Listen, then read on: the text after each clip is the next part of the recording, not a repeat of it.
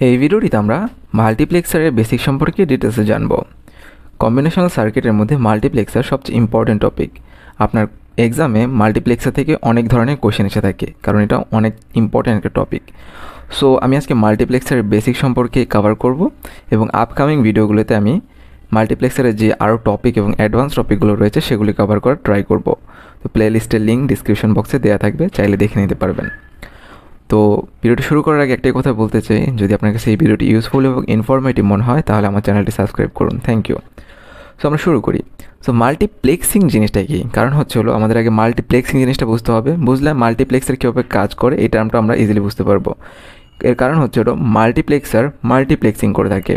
এখন এই মাল্টিপ্লেক্সিং টার্মটা আপনি হয়তো কম্পিউটার নেটওয়ার্ক বা ডাটা কমিউনিকেশন এই দুটো সাবজেক্টের কোথাও না কোথাও পড়ে আসছেন।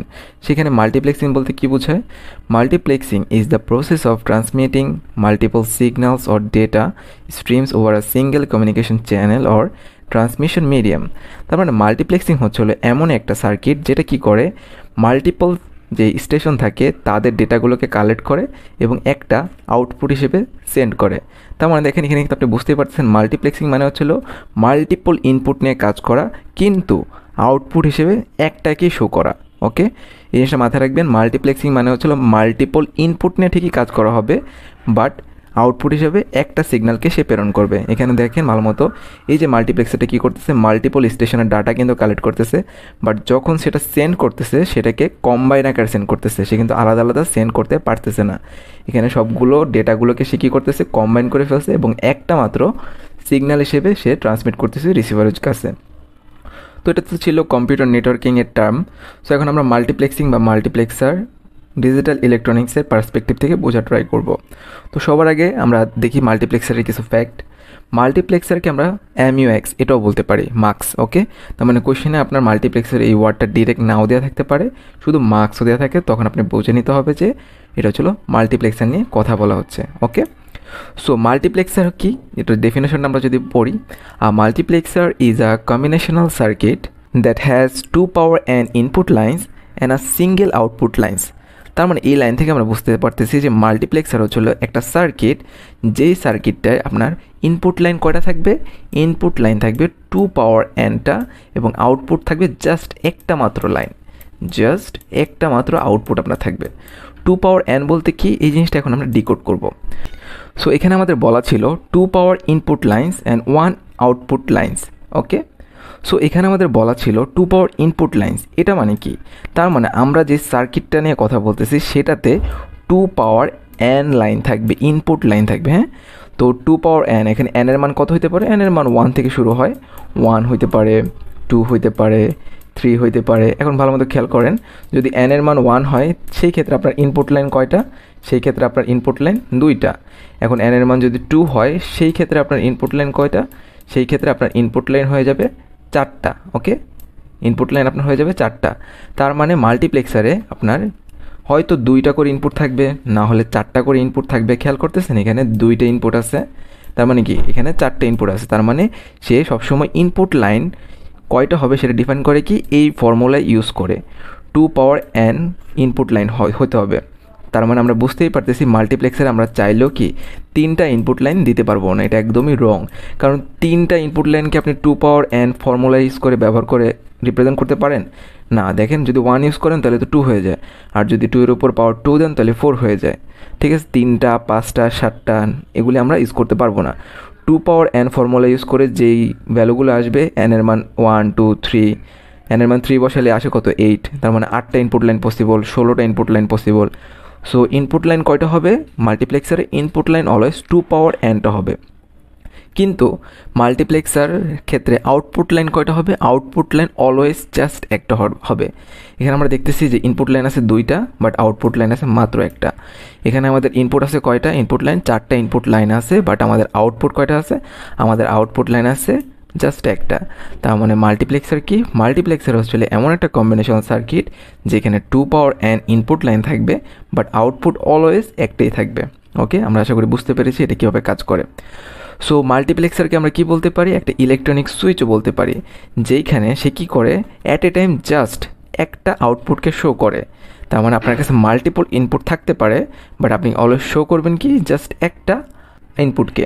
ওকে, সো এটা আমরা বোঝা ট্রাই করি। এখানে দেখেন ভালো মতো খেয়াল করেন, যেখানে আমাদের 4টা ইনপুট লাইন আছে, A0, A1, A2, A3, 4টা ইনপুট লাইন আছে এবং আউটপুট লাইন আছে Y। সো যেহেতু আউটপুট লাইন আছে আমাদের একটা, সুতরাং আমরা অ্যাট এ টাইম একটাকে আউটপুট হিসেবে প্রেজেন্ট করতে পারবো। তখন এই আউটপুট লাইনটা কী করতেছে, সুইচের মতো কাজ করতেছে। ধরেন সুইচটা যদি এটার সাথে কানেক্ট করে দেওয়া হয়, তখন সে কী করবে, এই আউটপুটে A3কে শো করবে। ওকে, সে কিন্তু বাকি 3টাকে আর শো করতে পারবে না। তো মনে করলাম এটাকে সে শো করলো না, সে এই সুইচটা কী করলো, জাস্ট A0-র সাথে কানেক্ট করে দিল, তখন এখানে কী শো হবে, A0 শো হবে। তার মানে এটা একটা ইলেকট্রনিক সুইচের মতো কাজ করতেছে, যেই সুইচটা মাল্টিপল ইনপুট থেকে যে কোনো একটা ইনপুটকে সিলেক্ট করতে সাহায্য করতেছে এবং সিলেক্ট করে সেটাকে আউটপুটে দেখাতে আমাদের হেল্প করতেছে। তো মাল্টিপ্লেক্সার এভাবে কাজ করে, মাল্টিপল ইনপুট থেকে জাস্ট অ্যাট এ টাইম একটা ইনপুটকে আউটপুট হিসেবে শো করতে পারবে।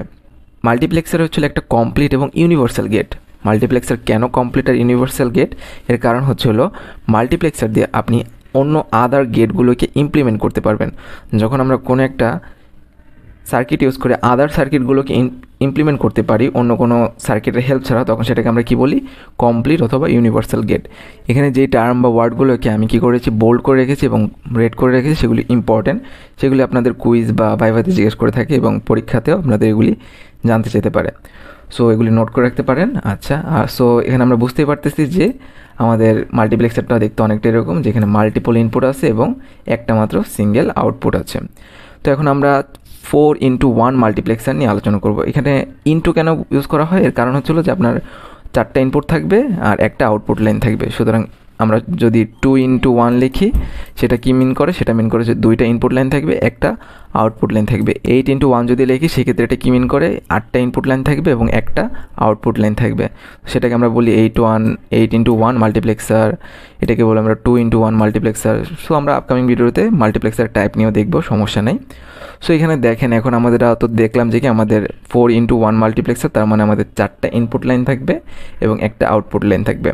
তো 4x1কে আমরা কী আকারে লিখতে পারি, 4x1কে আমরা 2^2 আকারেও কিন্তু লিখতে পারি। ওকে, সো এখন এই যে ভালো কথা যে আমাদের 4টা ইনপুট লাইন থাকবে এবং আমরা একটাকে শো করব, কিন্তু কোনটাকে আমি সিলেক্ট করবো, এটা কীভাবে সম্ভব? মানে আমি বলতে চাচ্ছি যে কি কোন ইনপুটটাকে আমি আউটপুট হিসেবে দেখাবো, এটা আমি কীভাবে সিলেক্ট করব? এই সিলেকশনের কাজটা করে থাকে সিলেক্ট লাইন। সিলেক্ট লাইন কী করে, যে কোনো একটা ইনপুটকে সে সিলেক্ট করে এবং সেটাকে আউটপুটে শো করে। তো এই সিলেক্ট লাইন আমরা কয়টা হবে আমাদের এই 4x1 মাল্টিপ্লেক্সার বা যে কোনো মাল্টিপ্লেক্সারে সিলেক্ট লাইন কয়টা হবে, সেটা আমরা কীভাবে জানবো? তো আপনাকে যেই মাল্টিপ্লেক্সারটা দেওয়া থাকবে সেটাকে আপনাকে ফার্স্ট অফ অল 2^n এভাবে লিখতে হবে। দেখেন 4কে লিখছি কি 2^2 × 1। সো এইখানে 2 এর উপর যে পাওয়ারটা থাকবে, 2 এর উপর যে পাওয়ারটা থাকবে সেটাই আপনাকে ডিফাইন করে দিবে যে কয়টা আপনার সিলেক্ট লাইন থাকবে। যেহেতু 2 এর উপর পাওয়ার 2 আছে, তার মানে আমাদের সিলেক্ট লাইন হবে 2টা। সিলেক্ট লাইনের নাম কি দিলাম আমি, S0 এবং S1। এই সিলেক্ট লাইনগুলো আমাদের হেল্প করবে যে কোনো একটা ইনপুটকে আউটপুটে শো করানোর ক্ষেত্রে। তো এটা তো ছিল একটা ডিরেক্ট মেথড যে আমরা শর্টকাটে কীভাবে সিলেক্ট লাইন কয়টা হবে এটা বের করতে পারি। বাট যদি আপনাকে ম্যাথমেটিক্যালি প্রুফ দেখতে চাই টিচার, তখন সেটা আপনি কীভাবে দেখাবেন? সো এটার জন্য একটা ফর্মুলা আছে, সেই ফর্মুলাটা হচ্ছিল যে আপনাকে যে মাল্টিপ্লেক্সারটা দেওয়া থাকবে, ধরেন আমাদেরকে 4 দিছে, 4কে আমরা কী লিখতে পারি, 2^2 লিখতে পারি। এই জিনিসটা এখানে আমি বলছি যে আপনাকে যেই মাল্টিপ্লেক্সারটা দেওয়া আছে ইনপুট লাইনে ইকুয়ালস টু আপনি ওভাবে আগে লিখবেন, 2^m ফর্মুলাতে লিখছি। এইখানে 2 এর উপর যে পাওয়ারটা থাকবে সেটা কি ডিনোট করতেছে, এখানে m আছে, সেটা ডিনোট করতেছে যে m is the number of select line. সুতরাং number of select line denote করতেছে। তো m এর মানটা এখান থেকে আলাদা করবেন কীভাবে, যেহেতু 2 এর উপর পাওয়ার আকারে আছে, সুতরাং আমাদের লগ আনতে হবে এটাকে আলাদা করার জন্য m এর মানটাকে।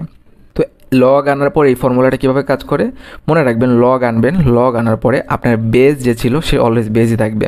এখানে দেখেন কারো কে বেজ, এখানে 2টা কিন্তু আমাদের বেজ, কারণ 2 এর উপরে কী ছিল, পাওয়ার ছিল। সুতরাং বেজ কি আছে, লগের সাথে অলওয়েজ বেজই আছে, ঠিক আছে? তাহলে বেজ অলওয়েজ বেজ থাকবে। এবং লগ আনার পরে আপনার যেই জিনিসটা সিঙ্গেল ছিল সেটা পাওয়ারে কনভার্ট হয়ে যাবে, আর যেই জিনিসটা পাওয়ারে ছিল সেটা সিঙ্গেল হয়ে যাবে।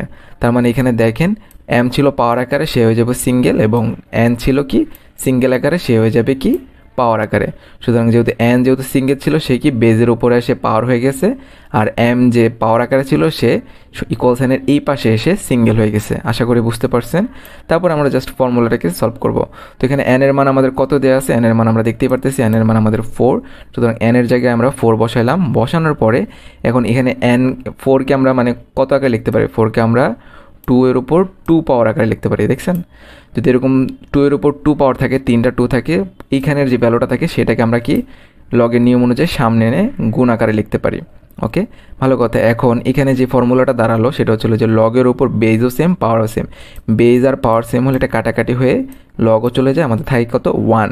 তাহলে 2 × 1 এবং এম এর মানটা কত আসছে, আমাদের এম এর মানটা আসছে 2। ওকে, তো এভাবে আমরা বের করতে পারি যে আমাদের কয়টা সিলেক্ট লাইন হবে। যদি এম এর মান 2, এই কারণে আমরা সিলেক্ট লাইন কয়টা ডিফাইন করব, সিলেক্ট লাইন ডিফাইন করব 2টা, S1 এবং S0। এছাড়াও আমরা নর্মালি এটাকে চিন্তা করতে পারি যে আমাদের ইনপুট ভ্যালু কয়টা আছে। আমাদের ইনপুট ভ্যালু আছে 4টা। এই 4টা ভ্যালুকে আমরা কয়টা বিট দ্বারা রিপ্রেজেন্ট করতে পারি, আমরা জাস্ট 2টা বিট দ্বারা রিপ্রেজেন্ট করতে পারি। যেমনটা দেখেন 0 0 1 0 1 0 1 1। তার মানে দেখছেন আমাদের 2টা বিট লাগে 4টা ইউনিক ভ্যালু জেনারেট করার জন্য, যেটা 4টা ইনপুট লাইনকে ডিফাইন করবে। তো এখানে যেহেতু আমাদের 2টা বিট লাগে, তাহলে আমরা জাস্ট 2টা সিলেক্ট লাইন সিলেক্ট করলাম। তো আমাদের সিলেক্ট লাইন অ্যাড করা শেষ। তো আমরা আমাদের সার্কিটটা 4-1 ইন্টু মাল্টিপ্লেক্সার সার্কিট এরকম, যেখানে আমরা 4টা ইনপুট লাইন, একটা আউটপুট লাইন এবং যে কোনো একটা ইনপুটকে আউটপুটে শো করানোর জন্য 2টা সিলেক্ট লাইন ইউজ করতেছি। তো সিলেক্ট লাইনের ভ্যালুগুলি এখন কেমন হবে, 0 1 0 1 এসের জন্য, আর S1 এর জন্য 0 0 1 1। তো এখান থেকে আমরা একটা ট্রুথ টেবিল ইমপ্লিমেন্ট করতে পারি, যেটা বলতেছে যে 0 0 যদি হয় সেই ক্ষেত্রে সিলেক্ট করবে কি, অর্থাৎ এটার মান 0 এবং এটার মানও যদি আমরা 0 দেই, খেয়াল করতে পারতেছেন, তখন সিলেক্ট করবে এটাকে। সিমিলারভাবে যদি আমরা 0 মানে S0 মান যদি আমরা 1 রাখি এবং S1 এর মান যদি আমরা 0 রাখি, তখন অটোমেটিক্যালি সিলেক্ট হবে কি A1। সিকোয়েন্সটা মেনটেন হবে। আপনারা চাইলে এটাকে শুরু থেকে করতে পারেন। সো এভাবে আমরা কি করতে পারি, এভাবে বিট চেঞ্জ করার মাধ্যমে, সিলেক্ট লাইনের বিটগুলোকে একটু চেঞ্জ করার মাধ্যমে যে কোনো একটা ইনপুটকে আউটপুটে আমরা শো করতে পারি। খেয়াল করছেন, যদি আমরা 1 1 সিলেক্ট করি সেক্ষেত্রে কি, যদি এখানে 1 এখানেও 1, সেক্ষেত্রে এটা অটোমেটিক্যালি সিলেক্ট করে দেবে কি A3-কে। তো এইভাবে সিলেক্ট লাইন যে কোনো একটা ইনপুট লাইনকে সিলেক্ট করে আউটপুটে শো করে। তো এই যে আমাদের ফর্মুলাটা বের হয়েছে, সেই ফর্মুলা থেকে আমরা কি করতে পারি, অর্থাৎ যে ট্রুথ টেবিলটা আমাদের বের হয়েছে সেই ট্রুথ টেবিলটা থেকে আমরা একটা লজিক্যাল এক্সপ্রেশন লিখতে পারি। যদি SOP এর ফর্মুলা আপনি ইউজ করেন সেক্ষেত্রে আপনারা এইটা লিখতে পারবেন। সো এখানে আউটপুট ইকুয়ালসটা আমাদের কি আসতেছে, আউটপুট ইকুয়ালসটা আমাদের আসতেছে যে S1 বার, S1 বার মানে কত 0, S0 বার। ওকে, এবং আমাদের তখন সিলেক্ট হবে কি A0।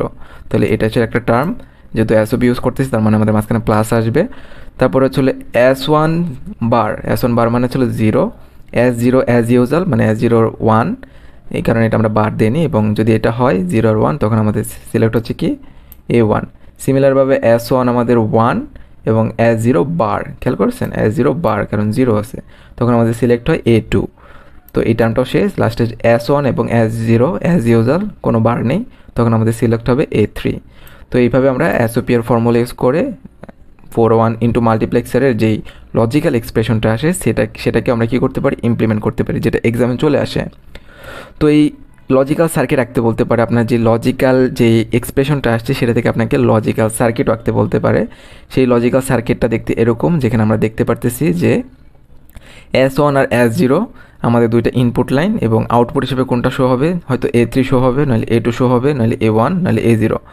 তো জিনিসটা কিন্তু সিম্পল। আমাদের প্রথমটা আমরা এটা নিয়ে কাজ করি 1 1। তার মানে S1 এর মান যদি 1 হয়, S0 এর মান যদি 1 হয়, সেক্ষেত্রে দেখেন এগুলি এই বরাবর যাবে। এই বরাবর যে A3-কে সিলেক্ট করবে, A3-কে সিলেক্ট করে যেহেতু অর আছে যে কোনো একটা ভ্যালুকে সে শো করবে।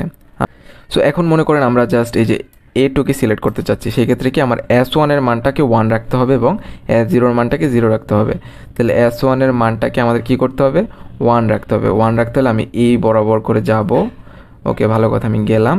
আর S0 এর মানটাকে আমার কি করতে হবে, 0 রাখতে হবে। তাহলে S0 এর মানটা মনে করেন প্রথমে 1 ছিল, তাকে আমি এই লাইন দিয়ে পাঠাবো। এই লাইন দিয়ে পাঠালে এখানে বার হয়ে যায়, সে কী হয়ে যাবে, 0 হয়ে যাবে। তারপরে এখানে পৌঁছায় যাবে, তখন সে অটোমেটিক্যালি A2-কে সিলেক্ট করে আউটপুটে শো করবে। আর যেহেতু এই সার্কিটটা আমরা রেখেছি, সুতরাং এই সার্কিটটা যদি আমি একটু এক্সপ্লেন করি তাহলে আপনাদের বুঝতে সুবিধা হবে।